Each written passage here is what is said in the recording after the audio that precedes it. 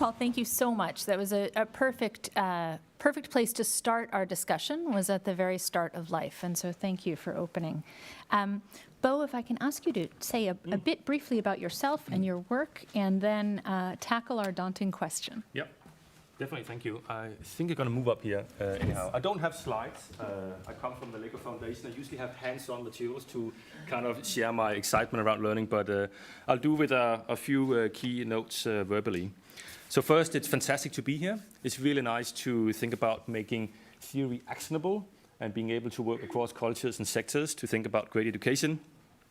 I'm heading up the research in the LEGO Foundation, and actually it's keen to all of the LEGO entities to think about how to inspire and develop the future generations. So it's a united effort across the LEGO Group, education, and the foundation to provide the best we can for children's opportunities. And my key responsibility is a research team and supporting international research partners worldwide to look into creativity, play, and learning. I've been doing that for the past 8 years.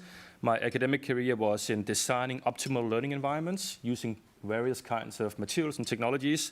And one of the key things right now is my advisory to the creative thinking assessment for PISA in 2021, which is going to be fantastic to see how we're going to get that lifted and how it's going to move countries worldwide. So Paul made a really nice example in terms of how learning, students' learning is really supported by the early years and the critical interactions between parents and children. I want to take that a little bit into formal education and describe how we see that and the same principles being applied in that area. And we're doing that in research we've been supporting for many years in the foundation, also programmatic activities across countries like Mexico, South Africa, China, Eastern Europe, and so forth. And I think the critical question for me is actually, how do we think about great education as part of our childhood? Because it really emerged how our education looked like in our childhood and how we actually think about adapting that perception to the new generations. And the foundation is looking at systemically reaching children with learning through play. So we're looking at how can we influence the systems to more adapt notions about child engagement and learning. So there are 3 things for great education. First, it needs to rely on the science of how children and students naturally learn. The second thing is it needs to build on the integration of knowledge or content and skills into curriculum and activities. And obviously, it needs to build on teachers' abilities to use a range of different pedagogical principles. And I'll make that illustration a little more clear. So first, our research clearly states that when students learn, they actually do that when they're actually engaged. They really enjoy what they do, and they're passionate about it, and they experiment and try things, and they collaborate with others. So it's active, it's not passive. It's collaborative, not sitting alone at a desk, and actually allowing for choice and trying things out. That's the most effective ways to learn things that are sustained and also build skills for a lifetime. And we've spent years to try to understand these mechanisms, but what seems to happen in education is if you ask children, and this is a big study across several countries, if you ask students in school how they feel about education, they say it's too repetitive. There's not really opportunities to test out things and learn through mistakes. They say schools only rely on content with no emotional connection to interests, to the topics. And they say there's too little practical examples of using knowledge and understanding, like what are the applications of what I learn and how I should use it. And then there's a focus on end-year summative assessments instead of ongoing trying to share and understand assessments as a means for driving quality learning. So to some degree, we know kind of the science behind how students learn also in school, but our mechanisms in education is sometimes set up for the wrong assumptions. Secondly, what we've heard over the past decades right now is truly a fantastic opportunity. And I think the Educating for the Future Index is illustrating that quite clearly, that we are moving now from knowledge-based education to skills-based education. And I think when we look at international organizations and businesses and research institutions and governments really work together right now to develop how knowledge and skills can integrate. So education is not about knowledge or skills in itself, but actually opportunities to think about how we can develop knowledge and skills together as part of curriculum and activities.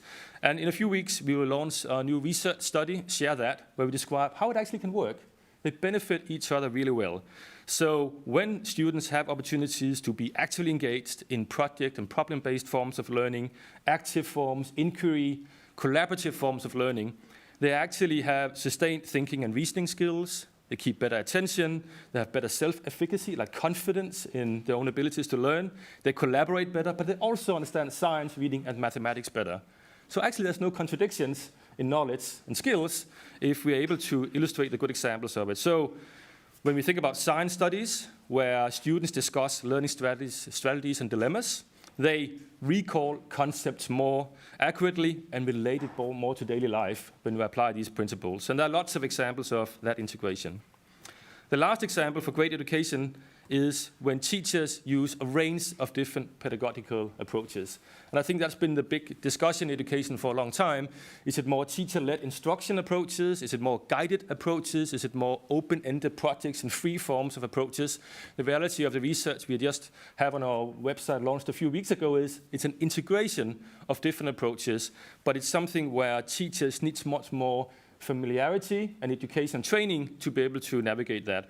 So teachers basically need to balance instruction, teaching from one-way communication to get things started, to guiding questions and projects, to also allowing for open-ended projects and students to collaborate on their own.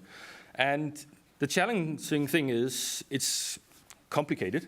It's difficult for teachers to undertake that, particularly with a large amount of students. But the first main challenge for us is that teachers are very skeptical towards applying these new kind of strategies. And it's difficult to apply it, and it's sometimes a little more messy, involves other materials and questions and projects and so forth. But also implementation models look very different from low-resource poor schools to more resource and even excellent high-resource schools. So you need to think about implementation models with these approaches and starting points.